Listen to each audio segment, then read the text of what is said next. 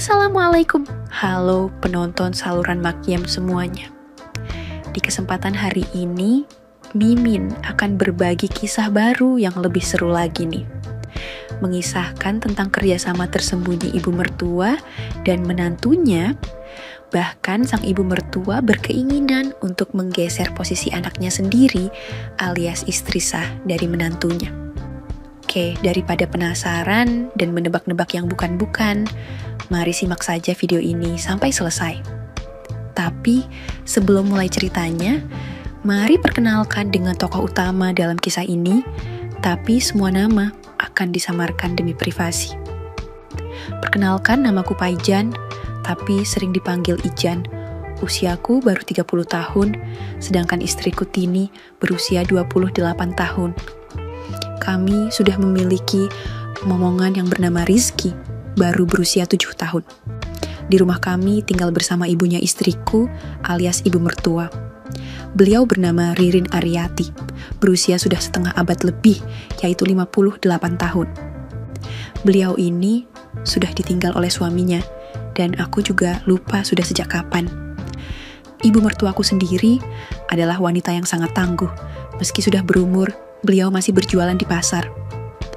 Pagi itu, tepat jam 9 pagi, istriku dan anakku pulang dari acara ziarahnya. Sementara ibu mertuaku sudah berangkat ke pasar.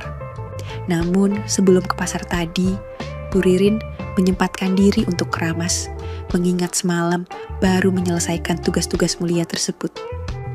Katanya sih, sebagai acara terakhir, karena setelahnya akan sulit mencari waktu luang dengan kepulangan istriku. Istriku dan anakku tiba di rumah dengan membawa barang dan oleh-oleh dari tempat ziarahnya. Aku pun senang dan menyambut mereka dengan gembira. Namun begitu sampai tadi, istri beserta anakku langsung istirahat. Aku menawarkan makan, tapi dia enggan. Mungkin karena kecapekan setelah perjalanan di bus selama 3 hari 3 malam. Gimana ziarahnya kemarin, Dek? Tanyaku pada Tini, istriku saat dia sudah terjaga dan bersantai di ruang tamu. Alhamdulillah lancar, Mas, sahutnya. Syukurlah, sahutku. Oh ya, gimana selama aku gak ada di rumah? Tanyanya istriku demikian. Gak gimana-gimana, semua baik-baik aja, sahutku. Gak ada kejadian apa-apa, tanyanya. Maksudnya, Dek? Ujarku heran, aku juga tak tahu kenapa istriku bertanya demikian. Tapi menurutku bukan karena dia curiga dengan keakrabanku dengan Bu Ririn. Mungkin dia khawatir atau memastikan jika kami baik-baik saja selama dia pergi. Enggak kok, Mas, aku cuma nanya aja, sahut istriku. Aku pun bernapas lega, namun tak melanjutkan obrolan itu. Selama istriku di rumah, aku dan Bu Ririn menjadi jarang meluangkan waktu. Aku lebih menjaga sikap, begitu pula sebaliknya dengan mertua. Paling waktu yang memungkinkan, yaitu saat istriku sedang pengajian atau menjajakan gorengan di pagi hari. Di waktu pagi itu, Bu Ririn tak langsung ke pasar, tapi curhat masalahnya serta meminta solusi masalah seperti waktu lalu. Di waktu-waktu pagi yang sempit itulah, aku dan ibu mertuaku melaksanakan tugas kerja kreatif. Namun rupanya, hal itu membuat sikap beliau makin perhatian padaku. Seperti menanyakan, sudah makan atau belum? Bahkan terkadang juga mengingatkan aku agar tak terlalu capek saat aku ada kerjaan. Namun, yang paling berkesan, yaitu tak jarang ia memberiku uang, kadang 50, 100 bahkan pernah memberiku dalam jumlah banyak. Untuk apa sebanyak ini, Bu? Tanyaku saat itu. Ini hasil jualan di pasar kemarin, bisa untuk beli udut samsu atau lainnya, terserah kamu, sahutnya. Nanti kalau Tini tahu gimana? Tanyaku. Ya, alasan apa gitu? Sahutnya. Mendapat perhatian demikian, tentu saja aku senang. Aku malah semakin simpati dan tersanjung. Apalagi beliau melebihi sikap istriku, ditambah Yagi Tini yang tidak sesering Bu Ririn memberi perhatian padaku. Namun suatu malam, Tini istriku mengutarakan sesuatu yang belum pernah aku sangka sebelumnya. Saat itu kami bersantai di depan teras rumah, sementara Bu Ririn nonton TV bersama Rizky anakku. "Tadi sore aku gak sengaja lihat ibu," kata Tini menjeda ucapannya. "Lihat apa?" tanyaku menoleh. "Lihat ibu di kamar mandi." "Memang kenapa ibu, Dek?" tanyaku penasaran. "Aku malu menceritakannya, Mas," katanya. "Emang apa sih, Dek?" tanyaku pura-pura penasaran. Sebenarnya, aku mulai khawatir dengan apa yang akan ia sampaikan, apalagi itu menyangkut ibu mertuaku. "Ibu sedang," ucap Tini masih ragu, namun ia pun menceritakan jika ia mendapati ibu berkreasi memanfaatkan Fishang untuk mengatasi solusinya. Mendengar hal itu, aku terdiam, langsung bingung harus kaget atau bagaimana. "Aku gak percaya, Mas. Kenapa ibu sampai demikian?" ujarnya. Dengan tenang aku mencoba menjawab. "Iya, wajar deh. Lagi pula kan sudah lama bapak pergi," jawabku. "Tapi kok aku jadi khawatir ya, Mas?" sahutnya. "Khawatir kenapa?" tanyaku. "Takut aja nanti bakal aneh-aneh," sahutnya. "Ah, kamu mikirnya terlalu jauh," sahutku. "Ya bisa aja kan? Atau apa lebih baik kita jodohkan saja ya?" ujarnya. "Kamu kok makin jauh sih mikirnya?" ujarku. "Kamu memang gak setuju?" tanyanya heran. Bukan gitu. Aku setuju kok, Dek," jawabku gelagapan, namun tetap kusembunyikan. Selanjutnya, aku tak lagi menjawab. Khawatir ia akan curiga atau berpikir yang bukan-bukan, lalu kami memilih untuk beristirahat. Tapi sejujurnya, aku khawatir kalau sampai Tini berencana mencarikan calon untuk ibunya. Jujur saja aku tak senang, harus aku akui, aku mulai nyaman, apalagi sudah beberapa kali kisah-kisah horor kami lalui bersama dalam kerjasama kreatif itu. Beberapa hari setelahnya, Tini kembali mengutarakan rencana tersebut padaku. Aku tidak menduga bahwa Tini akan benar-benar serius dengan ucapannya itu. "Siapa calonnya, Dek?" tanyaku saat itu. "Ada di desa sebelah, Mas. Aku yakin ibu pasti setuju," ujar istriku yakin. Sampai akhirnya, pagi hari selesai sarapan, aku dan Tini mengutarakan hal itu kepada ibu. Dari ekspresinya, nampak Bu Ririn terkejut. "Ibu sudah tua, tidak memikirkan itu. Ibu hanya fokus bekerja sekarang," ujar ibu ketika kami semua berada di ruang tamu. "Maksudku biar ada yang ngurus," kata si Tini. "Jadi maksudnya, ini kamu udah gak mau ngurus ibu?" tanya Bu Ririn pada istriku. "Bukan, Bu, jangan salah paham," kata Tini. Sementara ibu yang sung beranjak dari kursi dan meninggalkan obrolan, ia pergi keluar rumah. Sementara istriku mengejarnya, namun kucegah. "Biarin ibu tenang dulu, nanti aku bantu bicara," ujarku menenangkan istriku. Sampai sore, ibu belum juga kembali. Akhirnya, aku memutuskan untuk menyusulnya. Aku menyusul ke pasar dan nampak ibu di sana. "Bu, kalau nggak mau pulang karena istriku, setidaknya pulanglah karena aku," ujarku. Bu Ririn menoleh. "Kamu setuju dengan Tini?" tanya ibu mertuaku. Aku lantas duduk di sampingnya. "Nggak, aku nggak setuju," jawabku. "Kenapa?" tanyanya. "Kenapa ibu masih tanya?" ujarku sambil tersenyum, namun tiba-tiba Bu Ririn memiyukku.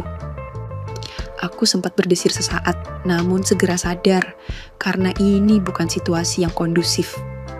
Akhirnya kami pun kembali ke rumah, dan selama di rumah beliau, sama sekali tidak bertegur sapa dengan istriku. Aku berusaha mengakrabkan mereka, namun Tini mengatakan, "Tunggu dulu sampai semuanya tenang."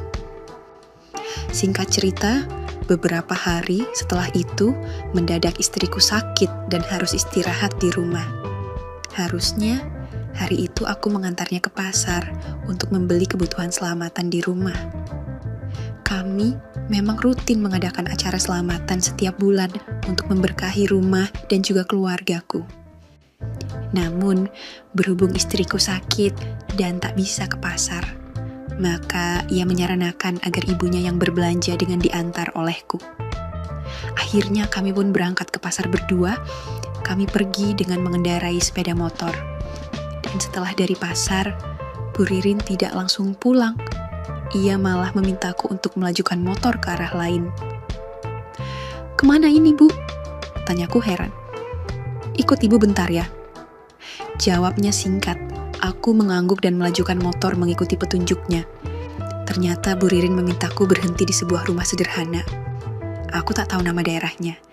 Namun, rumah yang kami datangi letaknya berjauhan dengan tetangganya. "Ini rumah siapa, Bu?" tanyaku. "Saudara Ibu," jawab Bu Ririn singkat. Tak lama kemudian, seorang wanita paruh baya keluar dari rumah itu dengan membawa bakul jamu. "Loh, kamu, Mbak?" kata wanita paruh baya itu pada mertuaku. "Iya, kamu mau ke pasar. Aku di sini bentar ya, baru dari pasar juga tadi," ujar mertuaku. "Oh ya, nanti kuncinya letakkan di pot saja, aku ke pasar dulu," sahut wanita paruh baya itu sambil berlalu pergi. Akhirnya wanita tersebut pun berangkat meninggalkan kami. Kemudian Bu Ririn mempersilahkan aku menuju ruang tamu. "Ibu ingin bicara sama kamu," ujarnya. "Ngomong apa, Bu? Kok sampai harus bicara di sini?" tanyaku. "Jujur," Bu Ririn menjeda pembicaraan. "Ibu kecewa dengan Tini. Kenapa dia ada pemikiran seperti itu?" "Ibu jengkel, tapi coba Ibu tahan. Kamu tahu alasannya kan, Jan?" tanyanya padaku. "Apa, Bu?" sahutku. "Alasannya karena kamu, Jan," ujarnya. "Aku?" tanyaku kaget. "Iya, sejak pertama kita berbagi, Ibu mulai sayang sama kamu, Jan. Kamu seperti menghadirkan sosok ayah Tini pada Ibu," jelasnya padaku. Aku hanya terdiam. Aku tidak menduga bahwa Bu Ririn akan mengutarakan hal tersebut. Namun, meskipun aku terkejut, jujur aku senang. Lagi pula, mana ada pria yang tak terharu bila ada wanita yang membuat nyaman mengutarakan perasaannya. Ya, Bu Ririn memang membuatku nyaman benar. Entah kamu senang atau enggak dengan ucapan Ibu, tapi itulah yang Ibu alami saat ini, ujarnya lagi. "Bu, sejujurnya aku pun sama, bahkan lebih dari itu," sahutku. "Kamu serius, Jan?" tanyanya. Aku mengangguk. Kemudian Bu Ririn merapatkan diri dan memberi sambut tangan-sambutan tersebut. Namun, beberapa detik setelahnya, beliau justru beranjak menuju ruangan Iain dan berhenti di depan pintu.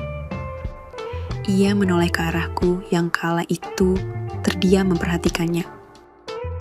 "Kok bengong, Jan?" ujarnya seolah memintaku untuk menyusulnya. Dan siang itu, aku benar-benar tak mengira akan menjadi siang yang berbeda untukku. Di sana, Bu Ririn memulai tugas dan bekerja kreatif. Menyiapkan saran-saran solusi masalah, mempraktekkan teori-teori yang berlaku di film-film Jepang favoritku, serta memberi perhatian lebih seperti saat kemarin-kemarinya. Dalam upaya menyelesaikan masalah, banyak alunan irama lagu yang dinyanyikannya. Begitupun dengan aku yang senantiasa menyambut niat mulia tersebut, nada syahdu serta lantunan kata menjadi bukti bahwa aku berhasil menyaranakan solusi masalah yang selama ini mengganggu pikiran beliau. Bu Ririn begitu kesenangan dengan solusi yang kusaranakan, dan karena pemikiran yang sama itu pun, akhirnya masalah dan problematika teratasi juga. "Kamu hebat banget dalam bekerjanya, menantuku. Perkebunan hak milik Ibu yang tadinya luobat dan basah ini bisa sampai terjelajahi semua.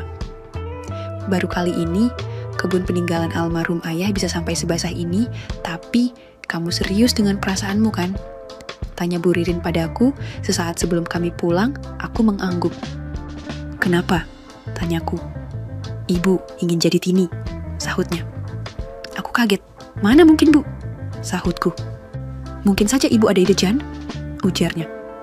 "Ide apa, Bu?" tanyaku. "Ide ke orang pintar," sahutnya. Entahlah, aku tak yakin dengan ide tersebut. Namun, aku seperti tidak ada alasan untuk tak menyetujuinya. Singkatnya, berhari-hari aku memikirkan ide Bu Ririn tersebut. Bahkan aku membayangkan bagaimana jika ide itu tersebut berhasil dan Tini mengizinkan ibunya denganku. Apakah itu mungkin? Hal itu membuatku semakin penasaran. Meskipun sebenarnya aku belum siap dengan kenyataan tersebut, tapi aku percaya bahwa Tini pasti akan tetap menghargaiku sebagai suaminya. Bersambung. Itulah segelintir kisah yang aku alami bersama ibu mertuaku. Mungkin lain kali akan aku kirimkan lagi cerita lainnya ke channel ini. Semoga cerita ini mampu menghibur malam kalian semua. Oke, segitu dulu untuk kali ini. Semoga kalian bosku semua terhibur hari ini ya.